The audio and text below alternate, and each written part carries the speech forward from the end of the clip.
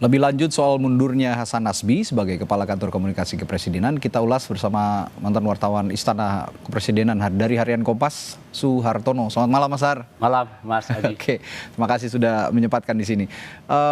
Mas Har, mundurnya Hasan Nasbi ini memunculkan dugaan nih kemarin-kemarin ini terkait persoalan struktur kelembagaan komunikasi Presiden Prabowo. Nah, menurut Anda apa yang terjadi sebenarnya? Kalau saya boleh mengulas sedikit ya ke belakang. Dulu itu sejak Presiden Jokowi sudah ada kantor komunikasi kepresidenan ya, kantor staf presiden, KSP ya. KSP. Dari 5 deputinya itu ada 1 deputi 4 yang memang khusus untuk menangani strategi komunikasi presiden. Nah, Presiden Jokowi sebelum berakhir membentuk lagi namanya kantor komunikasi presiden yang kita kenal sekarang adalah Presidential Communication Office atau PCO yang dipimpin oleh Pak Hasan Nasbi. Nah, PCO itu menjalankan fungsi keempat dari kantor staf presiden, sehingga kantor staf presiden itu sudah tidak berwenang lagi untuk menyampaikan komunikasi presiden kepada publik. Hanya tugasnya adalah PCO. Nah, PCO Pak Hasan membentuk lagi 6 juru bicara presiden. Di situ kita kenal antara lain ada Philip Vermonte, ada Bu Adita Irawati, ada Tita Laura, ada Pak Ujang, dan 2 lagi.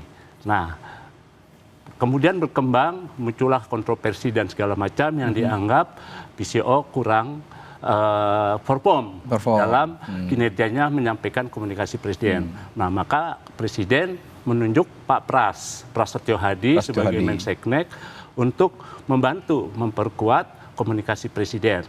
Oke, itu berhenti di situ. Oke.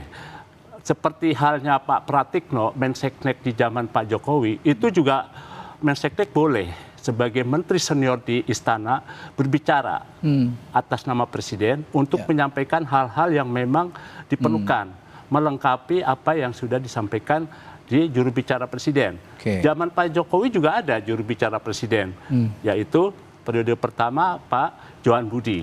Tapi Pak Pratikno maupun Pak Pram, sekretaris kabinet boleh bicara, punya mandat untuk bicara itu.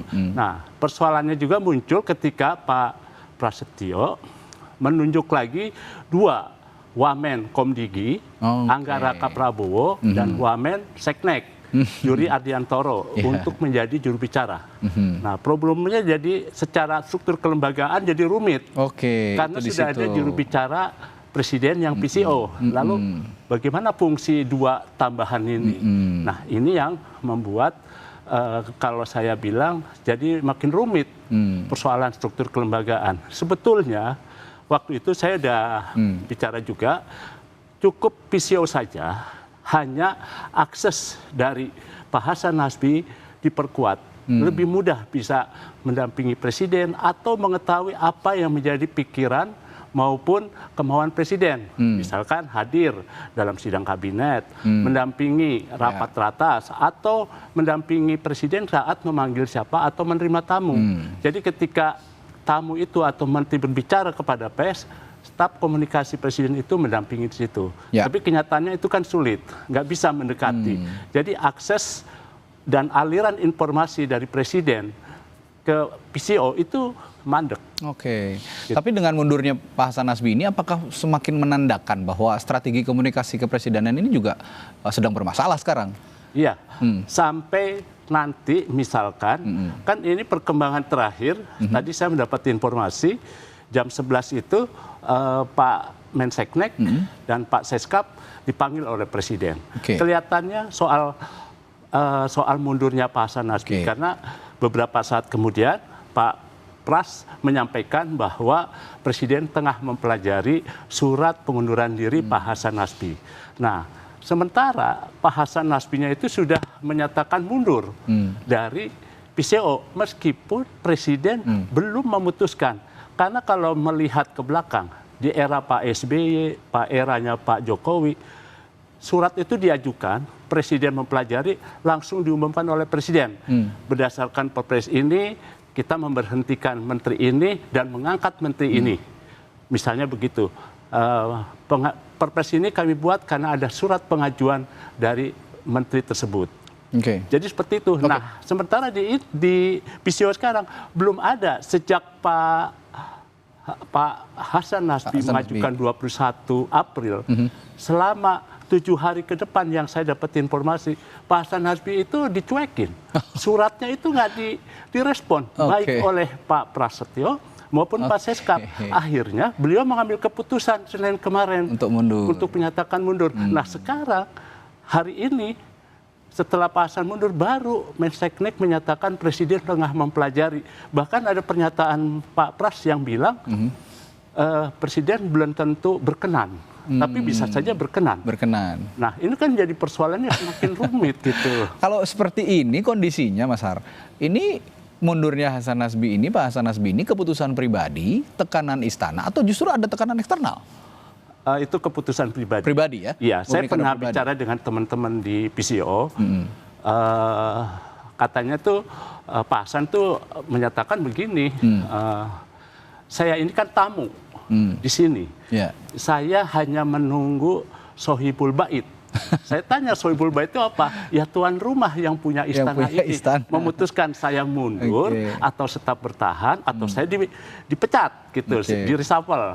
Nah, itu jalan pikiran yang memang dilakukan oleh Pak Hasan Nasbi karena beliau merasa Presiden satu ketika bertemu 7 Pemret sudah menyatakan kekurangan saya, tanggung jawab saya dalam komunikasi. Begitu di Sarasehan juga menyatakan itu kekurangan saya, tapi menyinggung kekeliruan yang dilakukan oleh Pak Hasan Nasbi dengan pernyataan yang boleh dibilang tidak serius, tidak substansial, tapi oleh media dikutip soal kepala babi yang dimasak saja. Itu yang kemudian bergulir, yang membuat Pak Hasan jadi merasa bersalah dan beliau juga saya rasa karena aksesnya sulit untuk mendapat informasi lebih dalam soal kegiatan agenda Presiden. Jadi beliau ya sudah, saya mengajukan kemunduran diri aja. Kalau sudah sekarang nih Pak Hasan Nasbi mundur, tapi meskipun tadi Mas Har bilang Pak Prabowo bisa jadi berkenan, bisa tidak begitu sebenarnya dengan mundurnya. Tapi begini, ke depannya fungsi PCO ini kalau memang sekarang Mensesnek sudah ditunjuk jadi juru bicara Presiden, masa depan PCO-nya bagaimana kira-kira? Kalau Presiden menginginkan PCO tetap langgeng, PCO ini kan warisan dari Pak Jokowi berdasarkan Perpres 82 tahun 2024. Nah, Perpres itu sudah ada. Kalau Presiden Prabowo memang ingin membubarkan, ya sudah, Perpres itu dicabut dengan Perpres baru yang menyatakan bahwa PCO dibubarkan. Tapi bagaimana nasib beberapa deputi yang sudah ada, 6 PCO dan staf ahli serta pegawai administrasinya. Jadi kalau menurut saya, Presiden harus tetap menetapkan PCO hanya kalau memang Presiden berkenan mengganti Pak Hasan, masukkanlah orang baru yang memang punya akses dengan Presiden sehingga tidak ada akses yang terputus. Lalu Pak Prasetyo tetap saja karena beliau kan menteri senior ya, yang memang ada di Seknek seperti Pak Pratikno boleh saja bicara. Tapi kalau Pak Angga Wamen Komdiki maupun Pak Juri, Wamen Seknek akan menjadi juru bicara. Nanti overlapping dengan 6 PCO, juru bicara 6 PCO itu. Jadi kalau mau mereka diintegrasikan ke sana. Atau bikinlah Perpres baru gitu loh. Yang menetapkan juru bicara tambahan untuk Pak Juri maupun Pak Angga. Jadi begitu. Kalau bicara dampak pengunduran dirinya Pak Hasan Nasbi ini sebenarnya punya apa ya? Punya dampak terhadap isu-isu politik besar nggak sih di negara kita sekarang? Kalau melihat kinerjanya PCO yang selama ini juga biasa-biasa aja gitu ya. 6 PCO ini pernah juga saya kontak beberapa orang, wah Mas Hartono saya nggak bisa bicara karena belum dapat arahan. Nah saya kontak Pak Hasannya, aksesnya susah, jadi nggak dapat pikiran Presiden itu. Jadi menurut saya nggak apa-apa. Tetap berjalan, tinggal PCO-nya dicari orang baru, pengganti. Sedangkan Pak Prasetyo Hadi, biar tetap menjalankan fungsinya menjadi juru bicara, ikut menjadi juru bicara Presiden. Ini artinya perbaikan di struktur komunikasi, struktur koordinasi. Ya. Ini perlu dimantapkan lagi supaya nanti tidak ada lagi salah-salah persepsi untuk menyampaikan apa yang menjadi kebijakan pemerintah. Betul. Ya, juru bicara kan corongnya presiden juga seperti itu. Iya, sayang soalnya. Ya, sayang soalnya, betul. Presiden dan jajarannya sudah kerja keras gitu ya, mengatasi ekonomi, mencapai target 8%. Dan mengatasi persoalan-persoalan lain, tapi komunikasinya ke publik, apa yang disampaikan ke publik itu tidak bagus ya. Jadi kurang tepat diterima oleh publik. Oke, baik. Terima kasih Mas Har telah berbagi perspektifnya di Sapa Indonesia Malam. Sampai ketemu lagi, sehat selalu. Terima kasih. Baik.